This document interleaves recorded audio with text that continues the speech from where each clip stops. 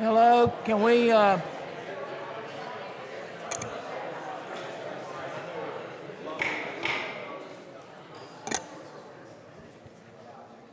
thank you. We're a little less than a minute away from our starting time at 6 o'clock, and we will officially call our meeting to order. We are, again, on Facebook and YouTube for those that might be watching or tuning in at 6 o'clock tonight, and by my phone, it is now 6 o'clock, so we will call to order the April meeting of the Randolph County Board of Commissioners.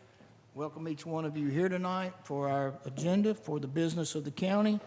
We have several public hearings tonight for various matters that we will carry out and follow through the due process of this. We'll have our public comment period shortly after we have some of our special recognitions. And so on behalf of the board, we welcome each one of you here. Before we get to these other special recognitions, we have a birthday among us tonight, and our fellow commissioner, our Vice Chairman David Allen, today's his birthday, so we welcome him, and he could be doing a lot of things tonight for his birthday, but he's here tonight representing the citizens of the county and conducting the county business, and on a serious note, we appreciate his service to the county and working with him on this board. So with that, we welcome you, and we have Chaplain Michael Mabe from the Randolph County Sheriff's Office, who will have our invocation tonight, and after that, we'll have our Pledge of Allegiance. So will you please stand?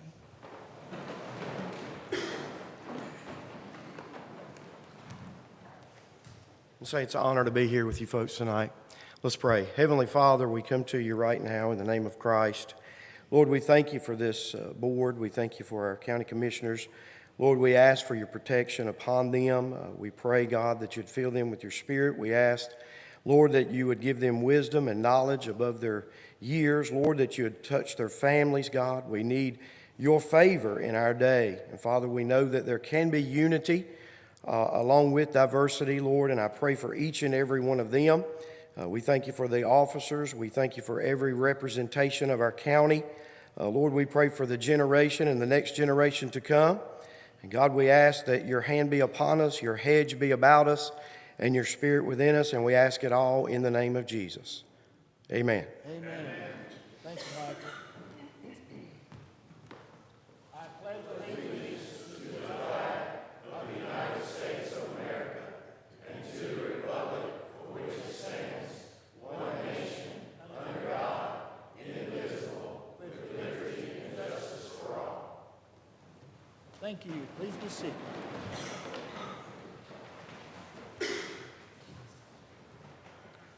As I mentioned, we do have some special recognitions tonight. We have a couple of retirees, and then Ross Holt, who is our head librarian for the county, but he's also sort of our historian, and we're going to have him to make a presentation tonight to honor one of our recent deceased citizens of the county. So with that, our first one tonight is Lisa Walker, who is retiring from the Randolph County Department of Social Services, and with the Finance Office, and Will Massey will do this presentation. Thank you, Mr. Chairman. What do you say about someone who exhibited professionalism their entire career? What do you say about someone who came to work with a joyful attitude, who was always dedicated to performing at her best, accepting all challenges with a smile? What do you say about someone who enjoyed their coworkers so much that she brought them home-cooked food? Well, I guess we don't have to worry about that. I'm here to talk about Lisa Walker. Lisa's retiring as payroll specialist with 34 years with Randolph County. She grew up in Lexington, graduated from Davidson Davy Community College, and married her husband both in 1984. She worked for several businesses before coming to the county in 1988. After about 2 years, the former county manager, Frank Willis, assigned her to start managing the payroll process. And she managed that process for probably most of her career by herself. At least once when she was sick, she came in over the weekend to get our employees paid on time. During her time with the county, Lisa worked with the old legacy accounting system and was heavily involved in the transition to our new Tyler software and the Executime timekeeping system. Lisa always took on the challenges that came her way, including implementation of new federal reporting requirements from the Affordable Care Act or tracking data for the pandemic reporting. For 34 years, Lisa has been a critically valuable member of the finance office and will be greatly missed. Outside of work, Lisa enjoys cooking and crocheting. She intends to keep busy with a new career at RCC, and we wish her the best. All right. Lisa, would you please come forward?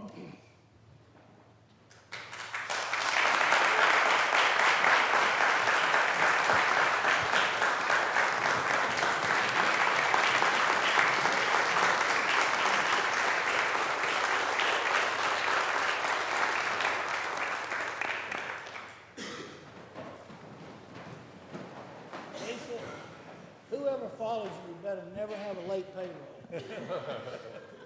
And thank you for getting all of us paid and the hundreds of people that currently work for this county and the thousands that have worked for the county during your tenure here. Thank you for your service. This is in grateful appreciation to Lisa Walker in recognition of 34 years of service, April the 3rd, 2023, by the Randolph County Board of Commissioners. God bless you in your retirement. Have lots of fun. Appreciate it very much.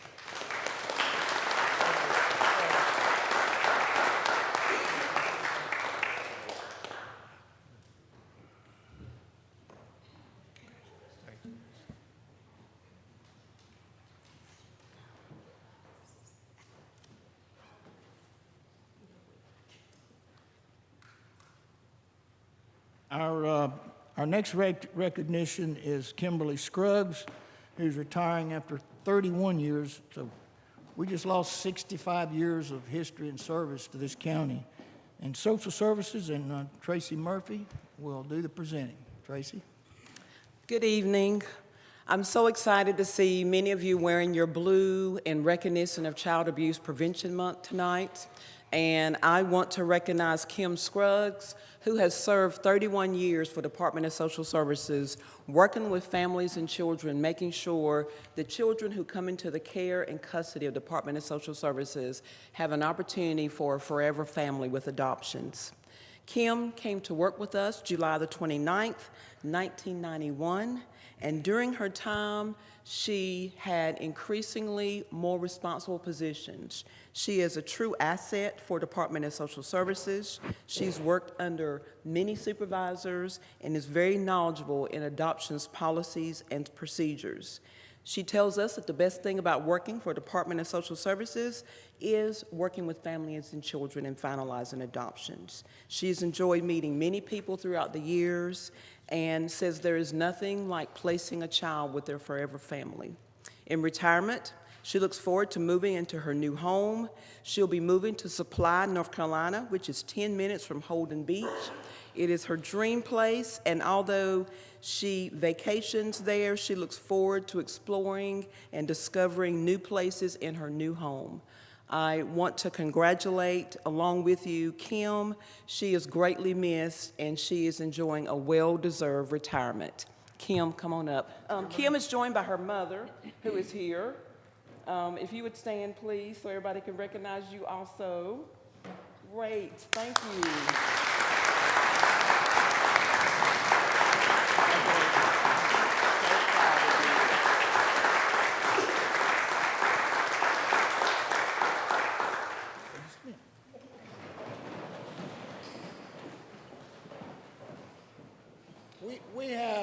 We have lots of jobs, work detail to do in this county every day.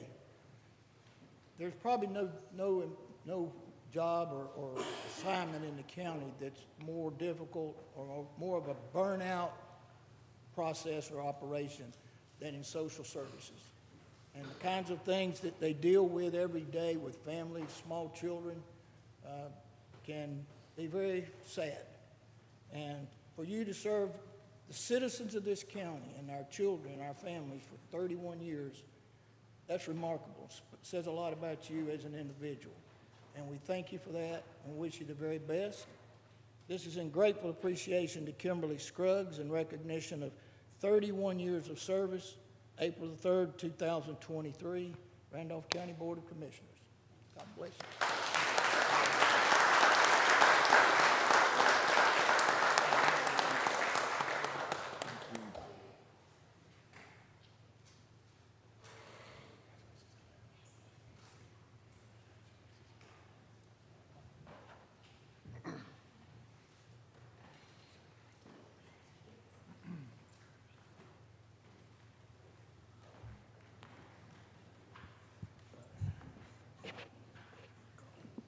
A little over 2 weeks ago, Randolph County lost one of its most visible and long-serving citizens in the county, Colonel Guy Troy. If you look at the bell down in the lobby that was placed in the old courthouse, there was a relative of Colonel Troy's name mentioned on that bell. It's hanging in the belfry of the old original county courthouse back in the early 1800s. So not only there's a long history there with that family. So we asked Ross Holt to put together a little presentation for us tonight. If you have a chance to find the Colonel's obituary, it will tell you so much about him. But Ross, if you will come forward. I would say tonight we have the Mayor of Liberty, Phil York's here, and also the Mayor of Archdale, Louis Dorsett, is here. But I know that the Colonel and Mayor York been longtime friends over there and gone through so much in that area to make it what it is today. So glad to have you tonight, Mayor York and Mayor Dorsett also. Thank you. Tonight, we honor the memory of one of Randolph County's great citizens, Guy Kent Troy. Guy passed away on March 17th at age 100 years plus 2 days. Although Guy is closely associated with Randolph County, he was born at the Walter Reed Army Hospital. His father was an Army doctor, and grew up mainly in Washington, D.C. and St. Petersburg, Florida. After enlisting in the U.S. Army for service in World War II, he received an appointment to the U.S. Military Academy at West Point and graduated in 1946. What followed was a 30-year military career that saw him serve in post-war Germany and Austria, Vietnam, and Iran, and rise to the rank of colonel. In 1951, he was recruited to captain the United States modern pentathlon Olympic team. The pentathlon requires the athletes to ride horseback, shoot, run, swim, and fence. The U.S. team took gold in the Pan American Games in 1951 and placed fourth in the 1952 Olympic Games in Helsinki.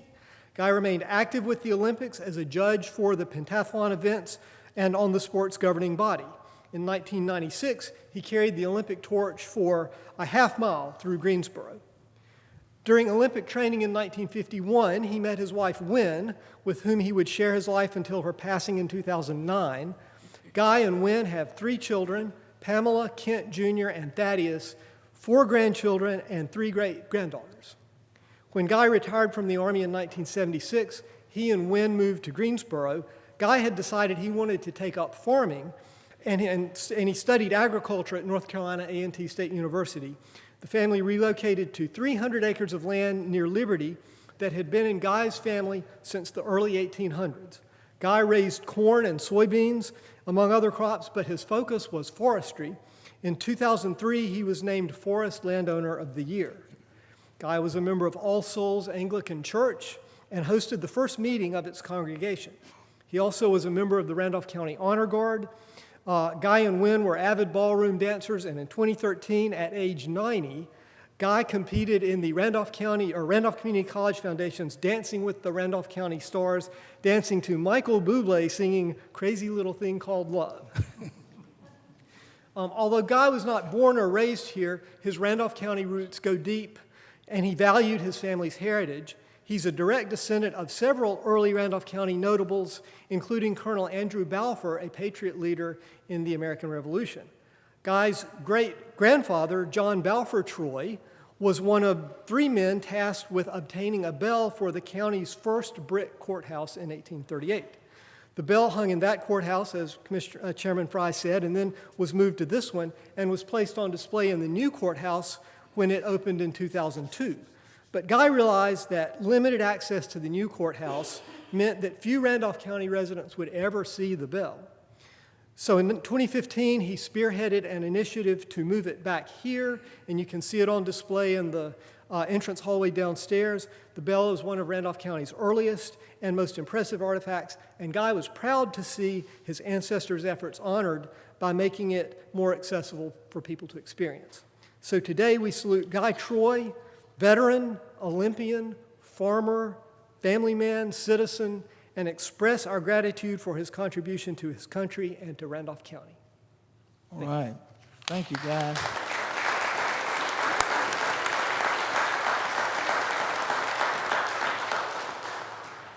I think Commissioner Allen would like to make some comments. Yeah, I can probably safely say without Guy Troy, I wouldn't be sitting here today.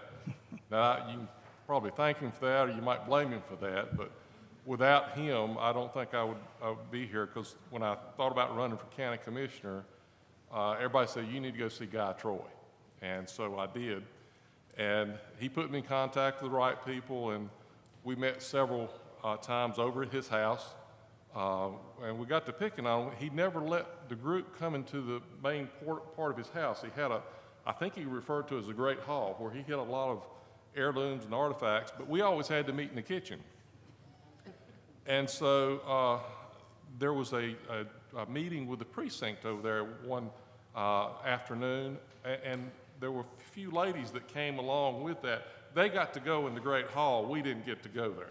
So, but we always enjoyed Colonel Troy, and he was very much an advocate for the area in Liberty, and also a great conservationist, and he's ensured that his farm will continue in perpetuity as a farm, and he was really an advocate for those type of issues. So we appreciate all that he did for the Liberty and the surrounding area as well. Thank you. And we do appreciate his service, and one of the first people that I met when I was making my rounds to seek office here, and always enjoyed my relationship, and a very, very interesting guy with lots of stories. And he when he disagreed with you, he did it like a gentleman, and he did it with courtesy and professionalism, and I'll always remember him for that as well. So thank you again. All right, and we thank again all of our recipients tonight for your service to the county and the citizens of this county. Now it is time for our public comment period. I'll ask our attorney to please read our rules. Thank you, Mr. Chairman. The rules of public comment period are as follows. The public comment period will be limited to 15 minutes at the beginning of the meeting. If more time is required, it will be at the discretion of the board. Each speaker must give his or her name both orally and in writing before speaking. Speakers will be limited to 3 minutes. Comments are to be directed to the board as a whole and not to one individual commissioner. Response, discussion, or action concerning issues raised during the public input session will be at the discretion of the board. Speakers will be courteous in their language and presentation. Speakers should not discuss matters which concern the candidacy of any person seeking public office or matters in current or anticipated litigation. All right. Who do we have? Chris Huber.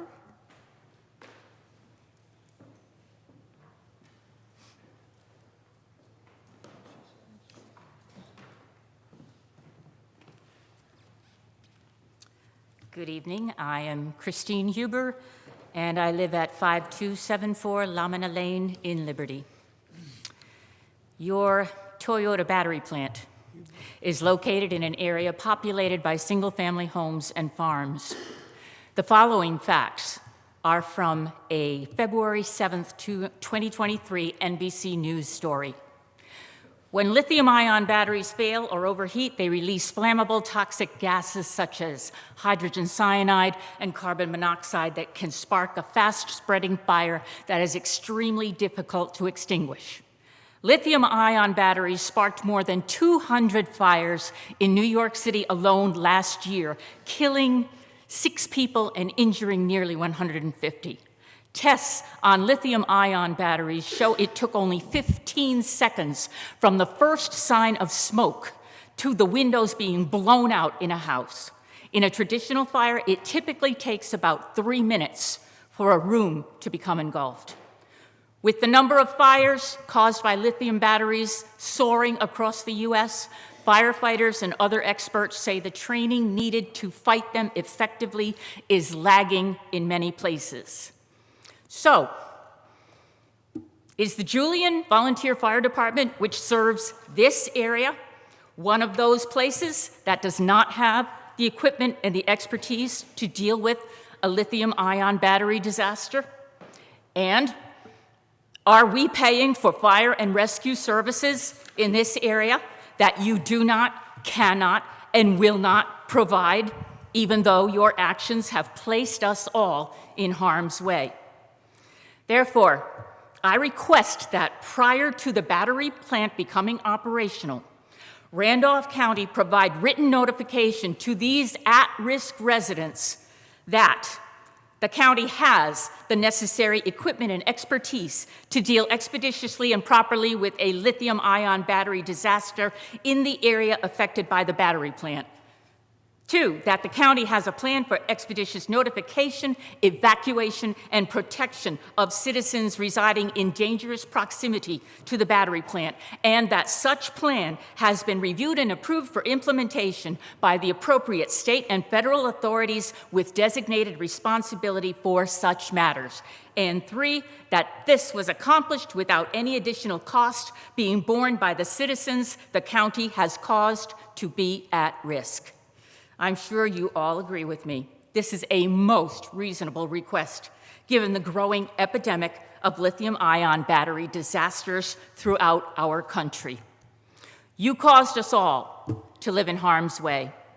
You have the authority and the responsibility to protect us. Whether you take steps to do so or choose instead to leave us twisting in the wind is now a matter of public record. Thank you. Thank you. I will just say, Toyota will build their own fire department equipment on site. And matter of fact, we have a meeting tomorrow afternoon that includes Julian and Toyota, all those involved. Protect these people? Pardon? Does it protect these people? Yes, ma'am. The part with the fire departments will, yes. And may we have notification of that? It's all public, so yes. Okay. Thank you. Jane Gant.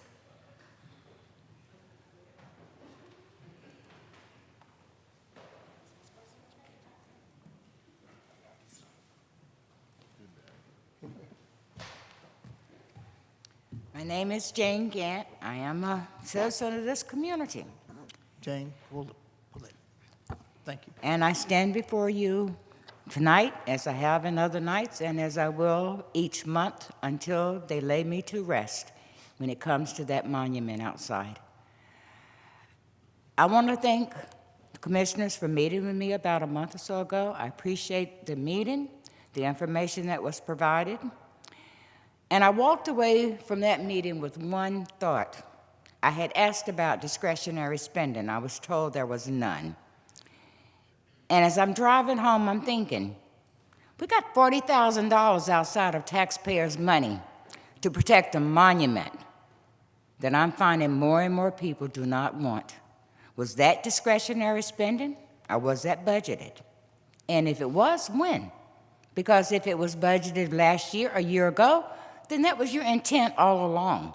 Regardless of what anybody within this community wanted, you were determined to protect that piece that stands out there that is so detrimental to so many of us. You know, I have ran for office in this county before, and I intend to run again. And as I talk with more and more citizens of Randolph County, they may not say it to you, but they tell me totally that that's an embarrassment. It's an embarrassment to this county, it's an embarrassment to this city. And I don't know what it's going to take. I will continue to knock on doors. I will continue to talk to the community. But we are not going anywhere. We will fight until death to get that monument moved. And if we can't move the monument, we're going to fight to remove you. Thank you. Thank you.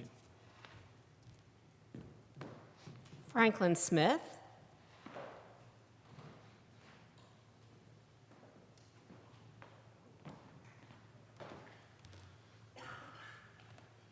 Good evening.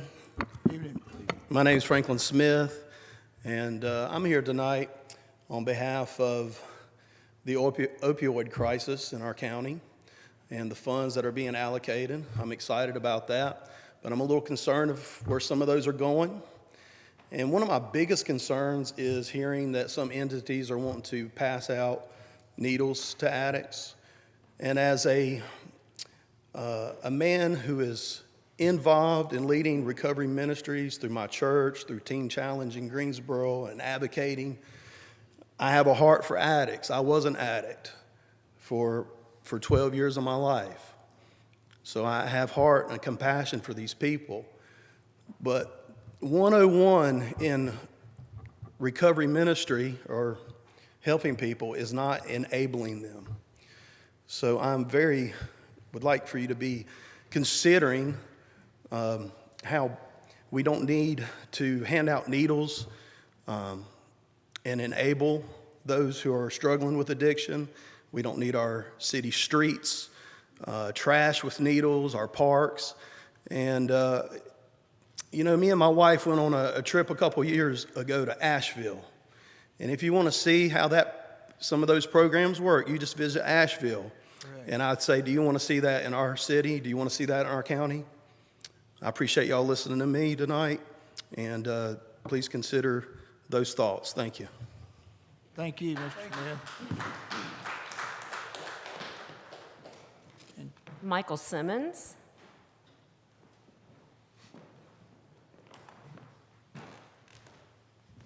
Good evening. I'm Michael Simmons. Live in Trinity. I was born and raised in a little community called New Hope, right down below Farmer. I too want to speak to you today as our elected county commissioners on the fact of the opioid crisis. I'm a man that's in recovery from opiates. This coming year, I'll be clean for 4 years. I know that you've been given a great task in allocating these funds for Randolph County. And I too, like my friend, Mr. Franklin, am concerned where those funds go to. I can speak from my experience, and no one else. I know that every person's different.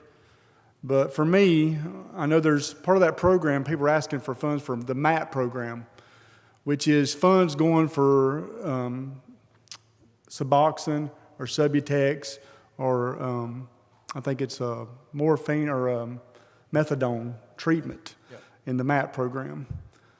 Listen, you can't overcome evil with evil. And the same people that push the opiates is pushing this same Suboxone and Subutex. And you're not gonna make someone clean by just giving them a crutch. You know, the number one thing for me that helped me get clean is when I decided to get clean, I made up my mind I was going to get clean, was the pain I had to go through to get clean and the struggle. And that struggle helps us. That pain, I can look back and remember that pain. It helps me remember I want to stay clean. I got a set of twin little girls, a beautiful family. And, I couldn't do this without my Lord and Savior, Jesus Christ and God. It took the Lord, and it took some hard knuckling and some fight and some good support. And I'm a big proponent of faith-based treatment. And I'm a big proponent of Randolph County getting a faith-based treatment center. We need that in this county. So when it comes time for you to allocate those funds, I'm not for a needle exchange. We don't need our county trash with needles. We don't need a MAP program in the jailhouse for prisoners. Man, you go to jail, then you should have to do your time there. We don't need addicts getting Suboxone in jail. And I know they're pushing for that. Man, that's the worst thing you could do is give an addict a Suboxone in jail. You got people knocking the jailhouse doors down to get Suboxone when they run out of dope. We need you guys to really consider this and consider where those funds go. That's a lot of money. And it's your responsibility where that money goes. And as a citizen of Randolph County, I want to hold you accountable to where that money goes. We want to try to help men get sober, get clean. I help Brother Franklin in the ministry at Teen Challenge and trying to help addicts get clean. And needle exchange ain't going to do it. Suboxone ain't going to do it. Methadone ain't going to do it. So I'm a big proponent of a faith-based drug rehabilitation center here in Randolph County.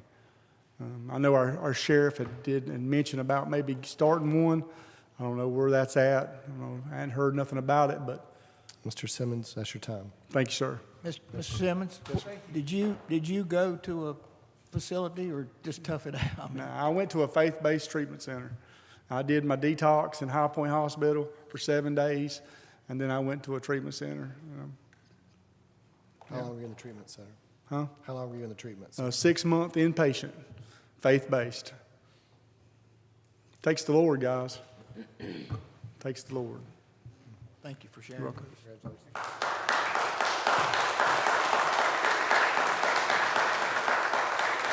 Dwayne Roberts.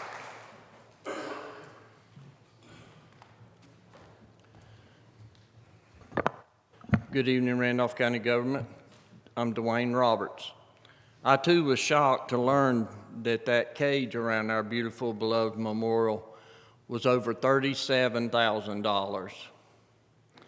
And I've done a little more research and learned that the cleanup for that vandalism that happened to it was a little over $800.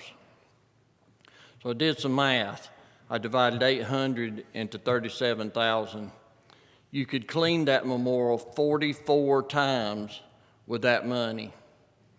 And I would like to think that I have 20 more good years. I just don't believe that memorial would be vandalized 44 times in the rest of our lifetimes. I thank you so much for that 5-0 vote to keep that memorial exactly where it belongs. Last month at this meeting, once again, some history was taken out of context and compared to today's standard, and that was with the reading of the poem and song, I'm a Good Old Rebel. 300,000 Yankees is stiff in southern dust. We got 300,000 before they conquered us. They died of southern fever, southern steel and shot. I wish it were 3 million instead of what we got. Thank you. Thank you, Dwayne. All right. Thank all of you for your comments tonight, and they have been duly noted. Thank you again for participating. The next item tonight on our agenda is the consent agenda. We have through item G, and in preparation for that, I do have the proclamation for item G, which has to do with the National Child Abuse Prevention Month. Ms. Murphy mentioned that in her comments, and I said it's sad that we have to have a month to make people aware of child abuse. And child abuse, we think sometimes in Randolph County these things don't happen here, but they do, all too frequently. And I guess sort of with the comments about the opioid situation here, the world is coming to Randolph County, folks. And they're coming down here to take up their lifestyle, and we have to deal with that. And this thing with child abuse, it's been going on longer than we are aware and recognize, but it is here and thriving in Randolph County. Whereas in fiscal year ending June of 2022, 1,370 reports were made to Randolph County Department of Social Services for Child Protective Services. And whereas child abuse and neglect is a serious problem affecting every segment of our community, and finding solutions requires input and action from everyone. And whereas our children are our most valuable resources and will shape the future of Randolph County. And whereas child abuse can have long-term physiological, emotional, and physical effects that have lasting consequences for victims of abuse. And whereas protective factors are conditions that reduce or eliminate risk and promote the social, emotional, and developmental well-being of our children. And whereas effective child abuse prevention activities succeed because of the partnerships created between child welfare professionals, education, health, community, and faith-based organizations, businesses, law enforcement agencies, and I think probably most important, families. And I think in this country we have lost the strength of the American family. And I'll digress for just a moment, but a couple of weeks ago there was an arrest in High Point of 5 kids trying to break into the Hyundai dealership on North Main Street at 3:30 in the morning. One was 17, 2 was 16, there was an 11-year-old and a 12-year-old. And they were in a stolen car from Winston-Salem trying to break into the Hyundai dealership at 3:30 in the morning. That speaks to our families and the lack of a family network all across. Whereas communities must make every effort to promote programs and activities that create strong and thriving children and families. And whereas we acknowledge that we must work together as a community to increase awareness about child abuse and continue to promote the social and emotional well-being of children and families in a safe, stable, and nurturing environment. And whereas prevention remains the best defense for our children and our families. Now, therefore, the Randolph County Board of Commissioners does hereby proclaim April 2023 as National Child Abuse Prevention Month in Randolph County. And we urge all our citizens to recognize this month by dedicating themselves to the task of improving the quality of life for all children and all families. So thank you for that, and thank you.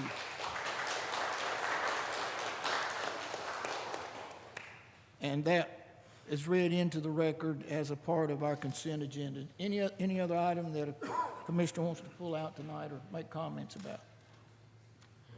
Do I have a motion to approve the consent agenda? I'll make that motion. Thank you. Have a second?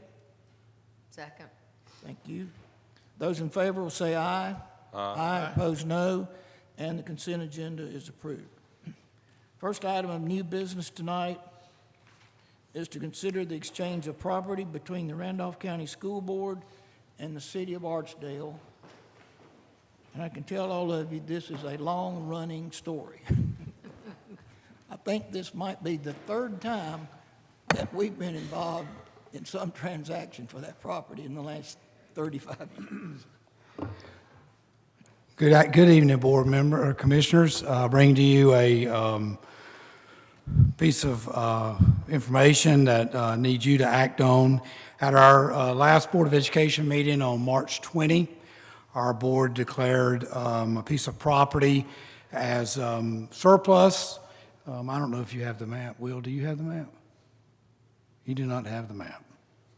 Okay. Well, I will try to describe the map then. I've got a copy of the map. We have You do have it? It's not up there, okay. All right, well, per General Statute 115C, 518, and our board policy 9400, our board has declared this piece of property that we're going to trade with the city of Archdale as surplus. But before we can make this exchange with the city of Archdale, we have to give you the first right to this land, either at fair market value or at a value agreed upon between you and the Board of Education. But if you look down, Area B is the piece of land we are trying to swap with the city of Archdale. It is 1.197 acres. The leftmost line is a ditch that they'll be gaining, and we'll be glad to give them that. They need this piece of land for a park project. And then Area A is what we will be gaining, and it is 0.675 acres. And actually, the interesting piece about the piece of land we're getting, yes, we're getting 0.522 acres less than they are, but the piece that we will be gaining is already inside our school's fence. It is north of, well, I say north.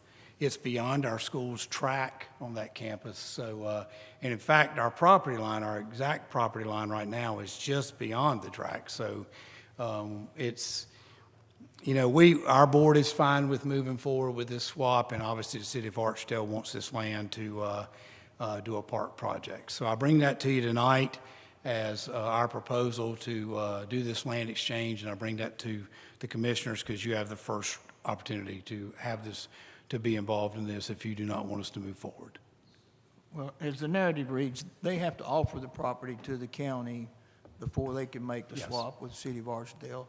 Yes. The county at one time had made this property available to the Gilran Little League, which was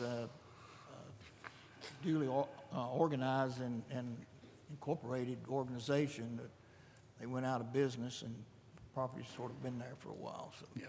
and I think the good thing is having another park for the area. So, questions of Dr. Gainey? Well, I would like to make a motion that we decline the opportunity to purchase the described property from the Randolph County Board of Education. Okay. Second. Any other discussion on the matter? We didn't ask you how much it would cost us. Well, we were hoping for a couple million, but we're just glad to give them the ditch and whatever's in the ditch. So we're fine with that, and we kind of wouldn't mind having the piece of land that we've already fenced off. So I don't know when that happened, but it's already inside our fence. So I'm not sure I want to take the fence down if we don't have to. So.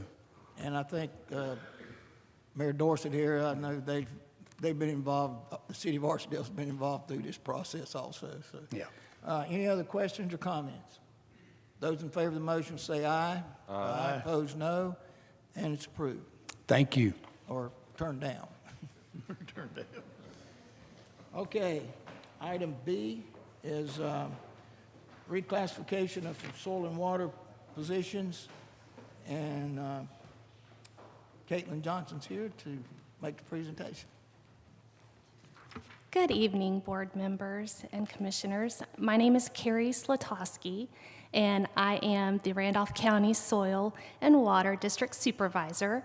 I came on board in November, and you guys are aware of some of the changes that we've had in our district here. So Caitlin has some things that the board has come together. This is agenda that has been on our radar for 2 months now, and we've come together as the supervisors to approve and fully support the changes and the recommendations set forth that Caitlin is going to bring to you. Thank you, Carrie. And Carrie did join us in November, and she has been a great blessing to our board. So we're excited to have her and her interest in soil and water. As you guys saw in your packets, we are requesting to reclassify the soil and water administrator to a soil and water environmental education and support coordinator. That position would start identifying more educational opportunities in the county and work to provide new education programs, classroom activities, teacher workshops, and even adult education programs. We used some of the capital outlay funds to refurbish an ambulance. That's in progress. So the goal for that position would be to utilize that ambulance as well. And the position would also provide administrative and budgetary support for the Conservation District Board. The other position would be transitioning the environmental specialist to a soil and water director role. That would still allow us to provide the technical assistance that position has typically always done, as well as just oversight of the office and supervisory functions that are needed to keep the office progressing. We do have the needed funds for these positions in our budget. It's pretty much just reclassifying them on the classification scale. Is this reclassified, just giving a different job description to the same people? Not necessarily. We've had 2 recent resignations, so one of them is actually kind of rewriting it completely, and it would actually drop lower on the pay grade scale to just justify what that position would be doing. The other one would be my position, which is the environmental specialist, and I would be moving up to the soil and water director role. Okay, very good. And then what will happen to the engineering position? Will you be hiring someone for that? It is actually currently being advertised, yes, ma'am. So it will stay the same. All right. That one's been very valuable in making citizens aware of, ways to preserve their land. And so I've attended some of those things, and so I wanted to make sure. Yes, ma'am. Yeah, that would be our goal when we do get a new engineer in, to kind of continue that farmland preservation outlook for the county. Any other questions of Caitlin or Terry? Do I have a motion? I'll make that motion. Did you read it? Sure, let me find it. It's under my laptop. Thank you, Commissioner Please. Allen. I'll make a motion to approve the addition of Environmental Education and Support Coordinator and Soil and Water Director, and the reclassification of Soil and Water Administrator to Environmental Education and Support Coordinator and Soil and Water Environmental Specialist to Soil and Water Director. Thank you. Have a second by Commissioner Kidd. Further discussion or questions? Those in favor, we'll let it known by saying aye. Aye. And opposed, no. And they're approved. Thank you, guys. Thank you very much. Item C, this is the renovation to the Northwest Human Services Building in Archdale. So Paxton and Robert, Carmen, glad to have you with us tonight. And all of you. Good evening, Chairman and Commissioners. Last August, you purchased property in Archdale at 215 Balfour Drive. This property was originally built as a billing headquarters for Duke Energy. It's been multiple things over the years, but the county was looking at it for a satellite office for social services and health department. Last fall, we issued a request for qualifications and selected Smith-Sennett Architecture to do a preliminary evaluation of the building for that. And they have since met with social services and public health and come up with a preliminary design. And tonight we have Robert Carmack and Leanne Bird here to present that design and answer questions. So with that, I'll turn it over to Robert and Leanne.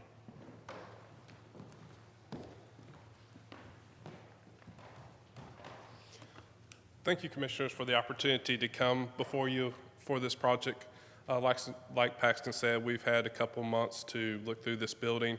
We've met a couple of times with Department of Social Services and Health Department to get their needs, what they're looking to put here, and then relay that into the building to see what will fit, what will not fit, and how we can accommodate them. So as you can see, this is kind of an aerial picture of the building as it sits right now. It's located adjacent to the interstate right off Main Street on Balfour Drive. The blow-up picture of it you see on the right-hand side shows you that there's about 68 parking spaces located in the facility or on the site. Currently, the building was built in 1991, so it's about 32 years old, has had minimal renovations throughout the years. It's approximately almost 16,000 square feet on both the first floor and second floor. It's a two-story building, does not have an elevator, so it's a couple of things with that we're having to work around to make it code compliant. Currently, the spaces, we have 14 total offices. There's 8 offices on the upper floor, 6 offices on the lower floor. One thing I'll call your attention to is the nature of this space. They had 3 large areas of open spaces, basically for cubicles. We'll talk more about that here in just a little bit, but several areas were designated for cubicles. They had a break room, mail room, and 2 conference rooms, a training room, and a large multi-purpose area.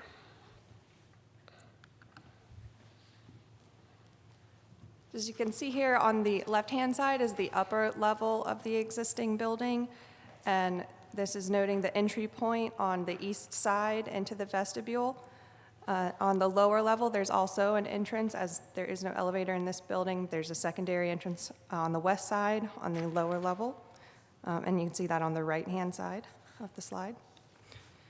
The next slide has 2 images of these entrances. There's also a ramp to get to this first, the image of this first entry on the upper level, and the lower level, you can see the entry is on grade. In the next slide, highlighted in red are the office spaces, and as noted before, there's 8 private offices on the upper level, and these 2 large areas of open office space for cubicles, about 4,500 square feet, and on the lower level, there is 6 private offices shown in red and about 1,600 square feet of open office space highlighted in yellow. And then these are some images of the upper level main entry. When you enter in off of that vestibule, this is the large open office area that you are in. And that reception area you can see has been walled off over the years, so there is no visibility from the existing reception into this space. And these images is still on the upper level. It's the second smaller open office area, so they had cubicles and tables in this area, and this will be repurposed, which we'll see later. This next slide, this is the lower level, also an open office area space. It is partially below grade, being the lower level. As you can see, there's the higher windows. And on this next slide, highlighted in yellow are these meeting spaces. So on the upper level, on both ends of the building, there's a conference room and training room. It's approximately 480 square feet between the 2 of them. And on the lower level, there's the large multi-purpose space highlighted in yellow and a smaller conference room, about 980 square feet between the 2 of them. And in these images, you can see the conditions of those rooms, the upper level conference room, and then the large lower level multi-purpose room.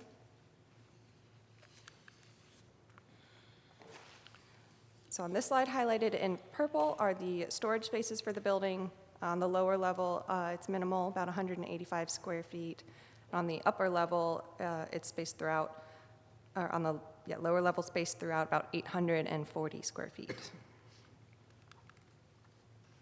And these are some images of other general spaces in the building, so you can get an understanding of what a typical office space looks like, the stairwells, break room that are existing,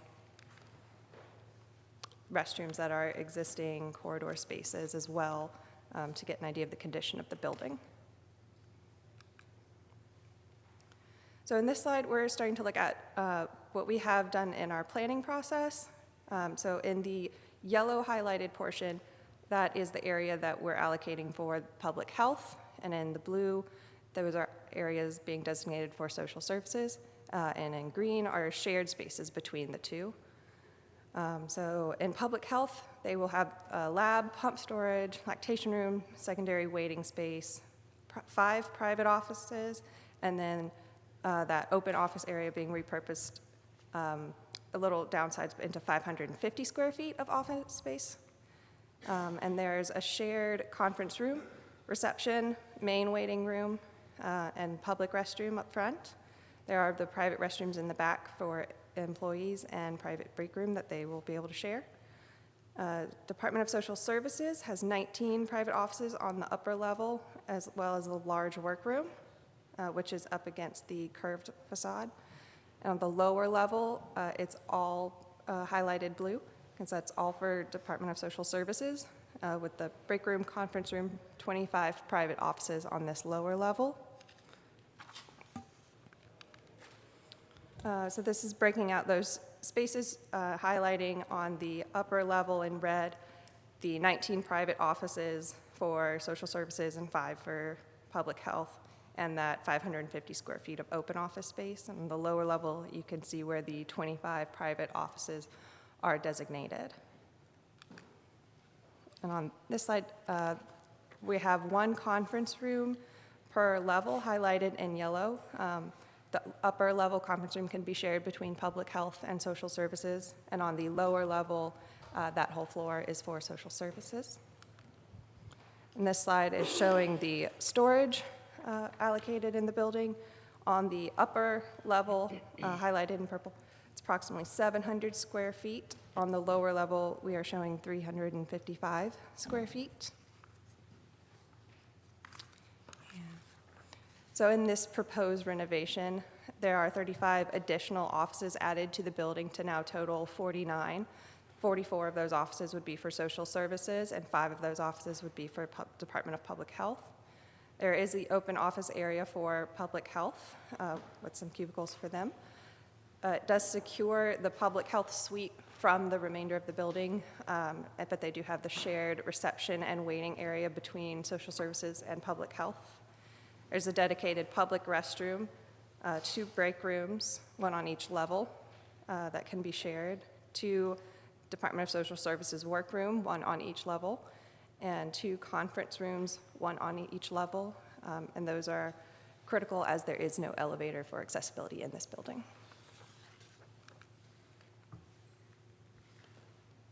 So what we're looking at as far as a schedule is pending approval tonight to move forward into design.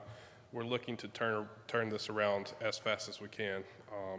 Everybody knows what's happening in the economy right now, so the faster we can move this out, the more cost-effective it becomes. So we're thinking about looking at about a 2-month design window, which would put us coming back to you in June for approval to bids, and then somewhere between 8 to 12 months of construction. Looking at the budget, we broke the budget down at a high level from this point based on the study into kind of a low, medium, high overlook as to the spaces. Low renovation means we're just doing upgrading finishes. Heavy renovation means we're adding walls. And you can see from going from the small amount of office they have to the amount of offices that they need, there's a lot in the heavy renovation area. The allowances are basically placeholders right now for us to, as we do more investigation, get engineers involved and start really picking apart the internals of this building. Those will start to flush them out. They might hold, they might reduce, increase, but those are kind of allowance placeholders for right now. With that, the total project cost runs about $3.1 million for this for almost 16,000 square feet. Did some cost averaging, and that comes out to roughly about $176 a square foot for construction-wise. That's on the average a little bit cheaper than what we've been seeing out in the market. New constructions run anywhere from $400 to $425 a square foot, so you're less than 50% new construction costs that we've been seeing. And with that, I think that's all we have. We'll take any questions. I'm sort of envisioning the high, in the open areas, so those offices will have ceilings in them, and yes, but there's no mezzanine, no storage above them or anything like that. No, not anticipated at this point. I guess when I saw, I was reading this, I was glad I was sitting down, because we paid $1.5 million for the building, and I wasn't thinking it was going to take twice that to renovate it. I guess I would, and I talked with the directors at DSS and the health department. Since it is so much, they could use just one floor at this point in time. Could that be used like as a bid alternate to do half and I don't know how much commonality there would be, HVAC and all those kinds of things. I don't know what difference that'd make in the price, but I was just kind of shocked at the sticker. And I know these are estimates, so. Right. It can be broken out per floor. Because there's no elevator, these floors are basically, I won't say they're independent of each other, but they're acting like they're independent of each other. There's some things as far as HVAC, some lighting, emergency lights, stuff we got to secure on both first and second floors, and some infrastructure, but they can be subdivided out to work as a kind of a bid alternate type scenario. I think one of the things that's driving up the cost is, prices are steep right now. I mean, you've heard that, you've seen that. But this building was set up for cubicles. We had several discussions about cubicles, and due to the nature of what's happening in those spaces, cubicles are not an option. So we're going from, 9, 10 offices on one floor to 25. That's, 4 walls per offices. That's a lot of construction to go back into these spaces and retrofit them, where cubicles were there before. So a lot of that cost is being built in. The core, the back wing core, there's hardly any changes we're doing there. A few walls, a couple of things, breaking a couple rooms up or one room up into 2 offices. But it's mainly that bulk open area where we're having to subdivide for offices. Just something to keep in mind. Like I say, Sand Hill's built a brand new building. I don't remember the square footage, but it was less than 4.6, 4.7 we were looking at here. That was a brand new building, including the lot. Yeah. So I was just a little bit shocked at that. And I know construction prices going up at some point. Yeah. Can't continue to go up forever. I mean, I'll tell you from our experience, we bid 2 weeks ago, built 2-story building up in Greensboro, and it was at $425, new construction. And with site infrastructure, utilities, water and sewer, it was pushing $600 by the time you get all those services to the space, not counting the cost of the land. So, while it is a steep cost, you do have the value of the land, the property, the utilities are there. The bathrooms we're not planning to do but paint the bathrooms and put in LED light fixtures. So your core spaces are there. It's the office space, and we've tried diligently to pack as many offices as we could. And I'll say we are at 60%, 70% of what was requested. So we're still not even able to hit 100%, and we've tried to put offices in every square corner that we could find. I know it's that kind of round wall there is probably a lot of fun to deal with. It's not the best for offices.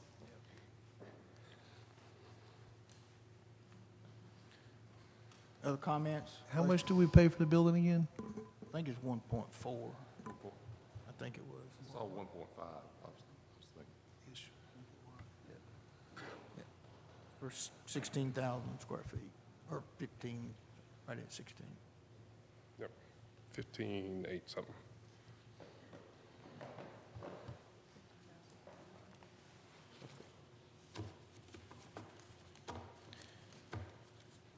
Other questions? All right, so we want to you want to break the 2 floors out? We can look at those that? options to break the upfit from a first floor, second floor. I would like to go back, the flexibility to go back and talk to both the health department and DSS, because the inclination is to do the top floor, but there's more offices on the bottom floor. So which floor is the priority and which one's the alternate? Because I'd like the flexibility to kind of discuss that with DSS to see which one makes sense. I think the top floor would be the primary. Yeah. Yeah. So we're going to ask him to come back with that? That's where he's going to quote it, right?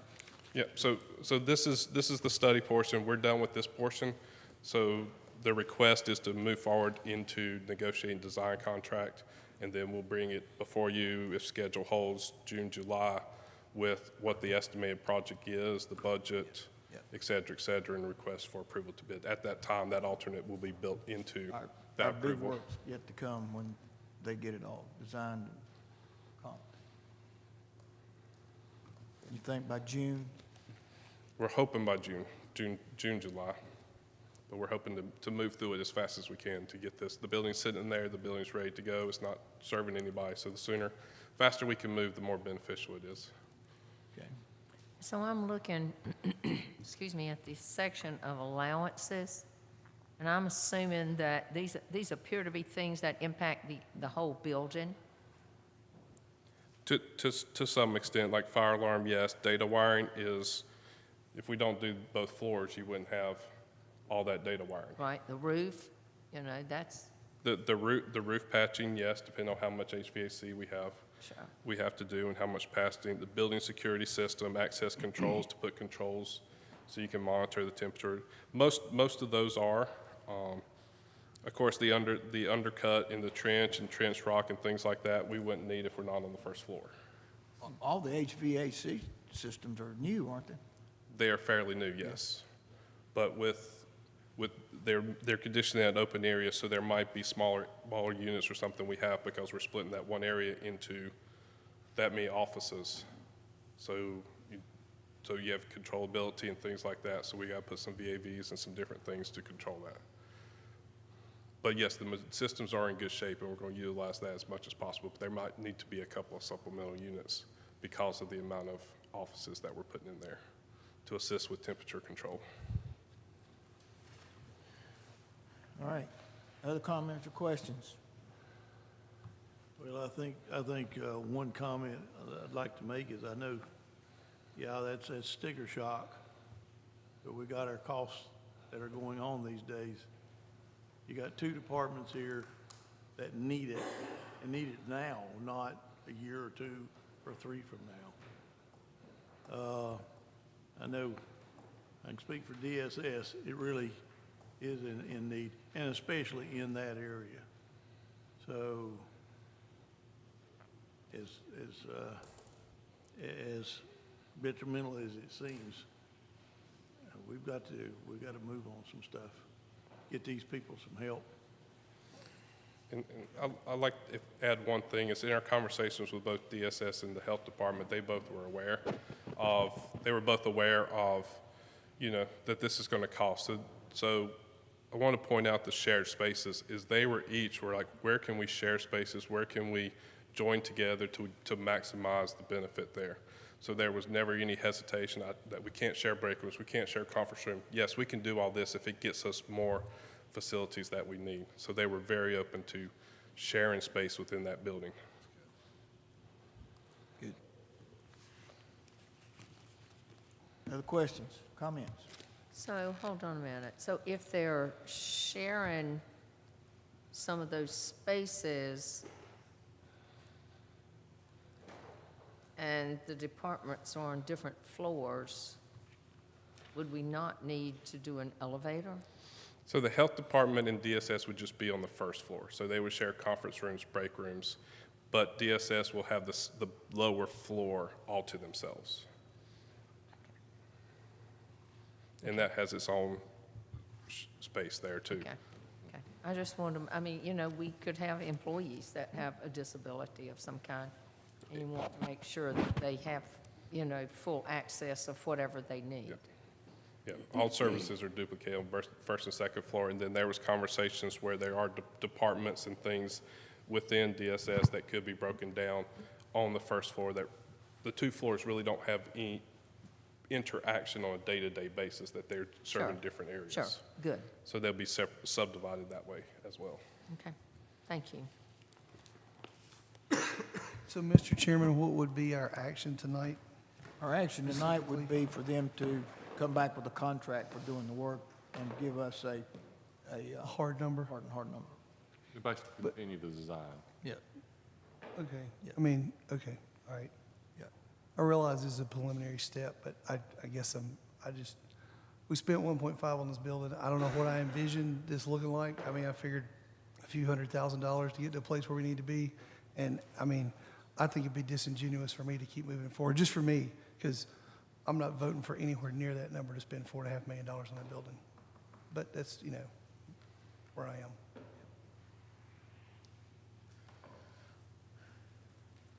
So we have to know what we're dealing with. We have to get our contracts or our quotes? Their number for design should be included in here. If you look under services, they've already have the feasibility, but then they have the design sort of listed. It's like 276,000. And that shouldn't change by doing the bottom floor as an alternate. So we could still move forward. You could still authorize this to negotiate the contract and let Hal sign it so that things could move forward. But we're not voting on the 3.1 million. No, that's construction. This is just design. If they move forward and design, they could go ahead and design the basement level and bid it out as an alternate. And then the day, we'll come back with the bids. You don't have to accept that. You could just do the upper floor. All right. Any other questions? Then I'll make the motion that we contract with Smith Senate Architecture to design the bidding and construction elements of the project. And when we say sign the contract, we're talking about Smith Senate's contract. Yes, that's right. Not construction, just the design. Yep. I think maybe we ought to have that come back to this board.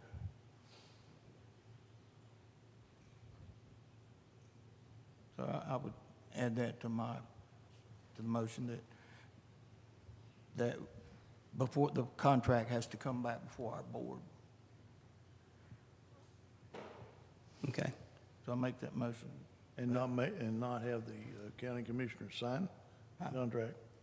Yeah, and we would authorize the manager to sign it. Okay. Well, I'll second that motion. All right. Further discussion, questions, comments?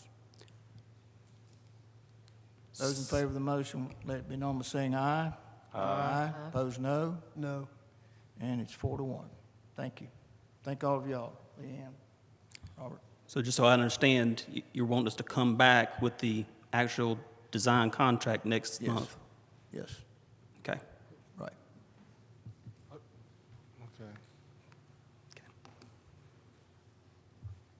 What are you thinking?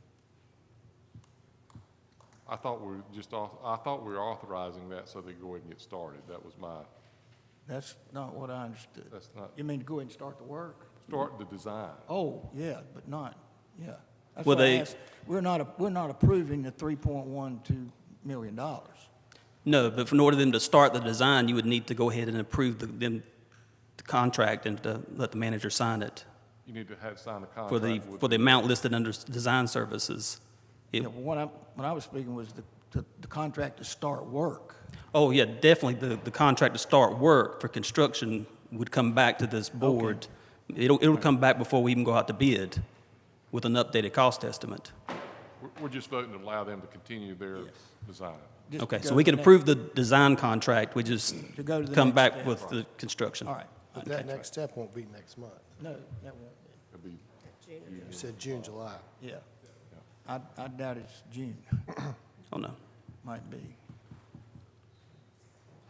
All right. Okay. Okay. You're up next with the Yeah. health department.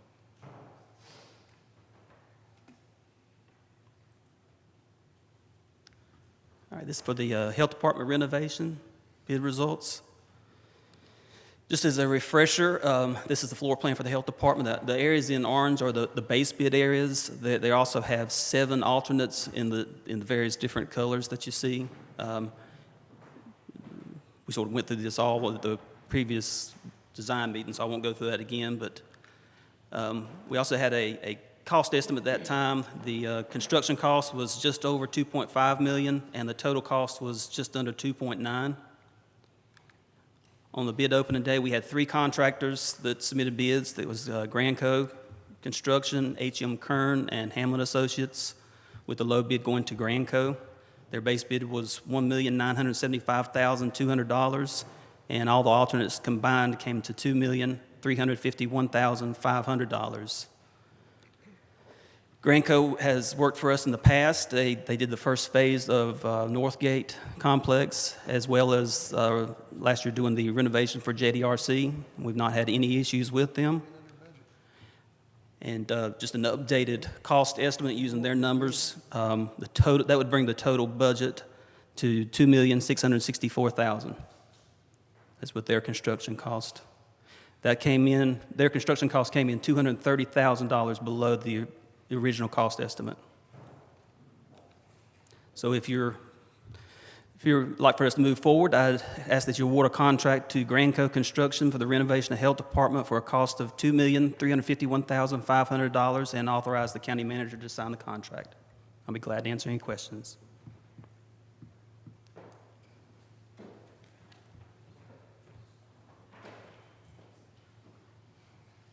Okay, and Will, would you remind us how much of this was ARPA funds for the health department that had to be used in a specific way? Yeah, currently, I think we have enough money set aside to do the project as been presented to the board. The health department has about $1 million of ARPA money that they can devote to the project, and then we've set aside about $2 million. Okay, from ARPA fund, from our ARPA fund. From the revenue loss portion of it. Okay. That was one of the reasons when we had all these alternates. It was all, to give flexibility, but also to sort of categorize for certain specific uses so that we could show that her grant funds were being used. So how much square foot do we get for this? It's all existing. It's all existing square foot. We're just gaining additional dental space. About what? Just gaining the dental space, and but it's mainly just renovating and upgrading the existing building. No new square footage.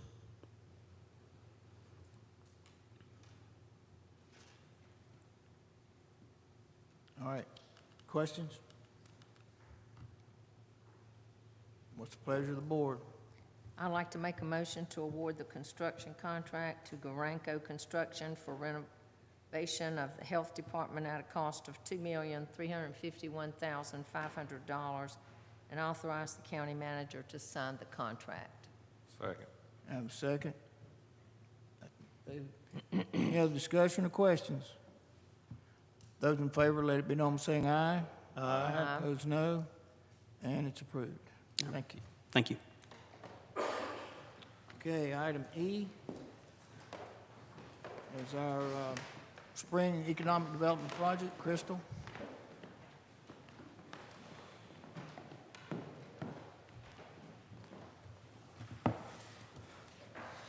Good evening, Chairman Fry, Commissioners, and Commissioner Allen, happy birthday. So I'm coming before you tonight to talk about another project that I've been working with called Project Spring. This is a Texas-based manufacturing facility that has been in business for several years. Their product and their business and sales has expedited to the point where they feel the need to have a second facility to cover east of the Mississippi, basically.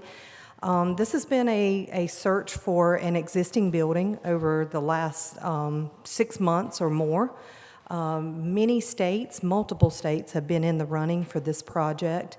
I have learned recently that they have narrowed that pool down to the top 2, and Randolph County is in that top 2. So the project still remains competitive, obviously, with another state community. Local and state incentive offers will play a factor in their decision, whether it's feasible for which community and which building, and it's some contingencies too on being able to secure an existing building that they're looking at.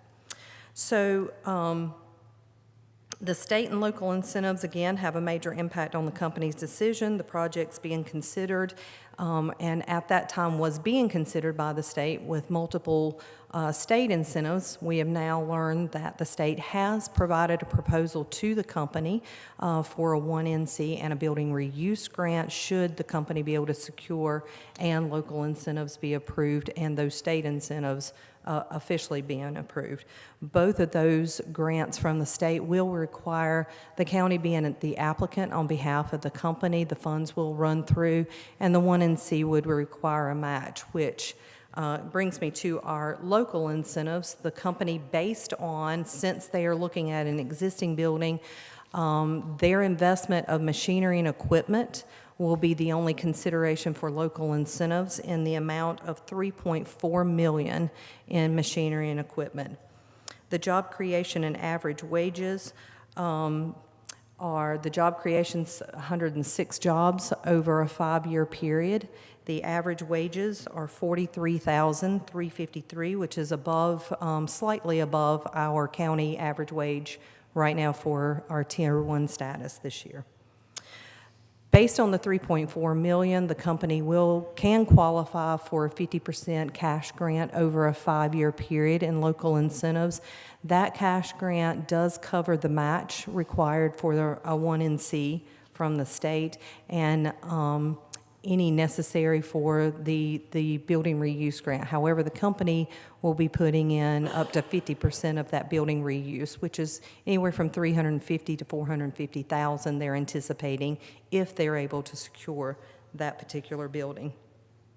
The EDC believes that this Project Spring is an exceptional economic development project, putting a soon-to-be vacant building back into operation, creating good-paying jobs, and increasing the value, the tax value of the building to some extent.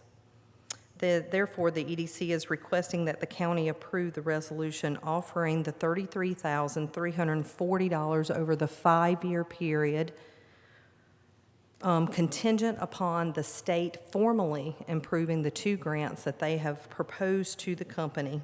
This will encourage, we feel, the company to help make a decision and sway them towards Randolph County. The EDC is also asking for you to consider to approval any applications that would be required for the county to be the applicant on behalf of the project. And again, all of this is contingent upon the company reviewing all competitive local and state incentive grants that are being offered to the company, reviewing that, and of course contingent upon them being able to secure the building, which my understanding is that process is moving forward very well for them. And I am happy to answer any questions you may have. Is that a part of the bankruptcy process?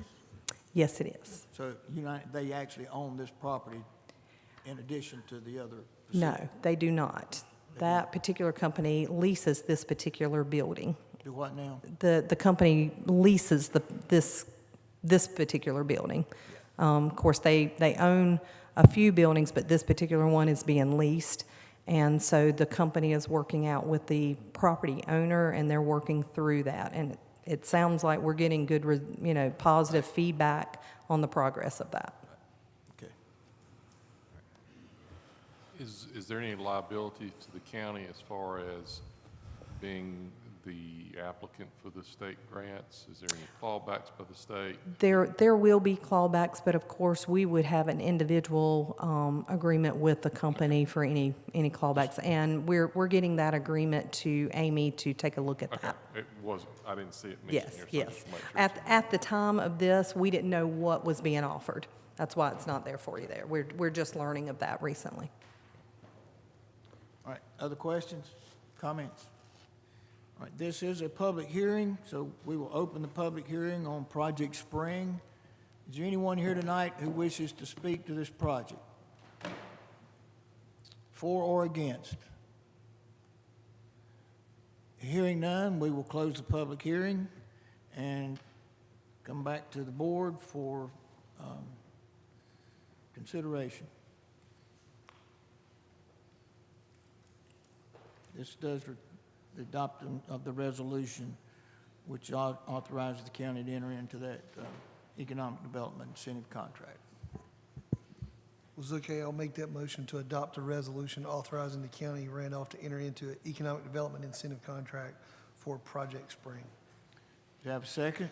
Second. Further discussion? Those in favor, let it be known by saying aye. Aye. Opposed, no. And it's approved. Thank you, Chris. Okay, now we have our fire departments. I think we still will have Farmer left for next month. We have these 5 tonight. So, Amy?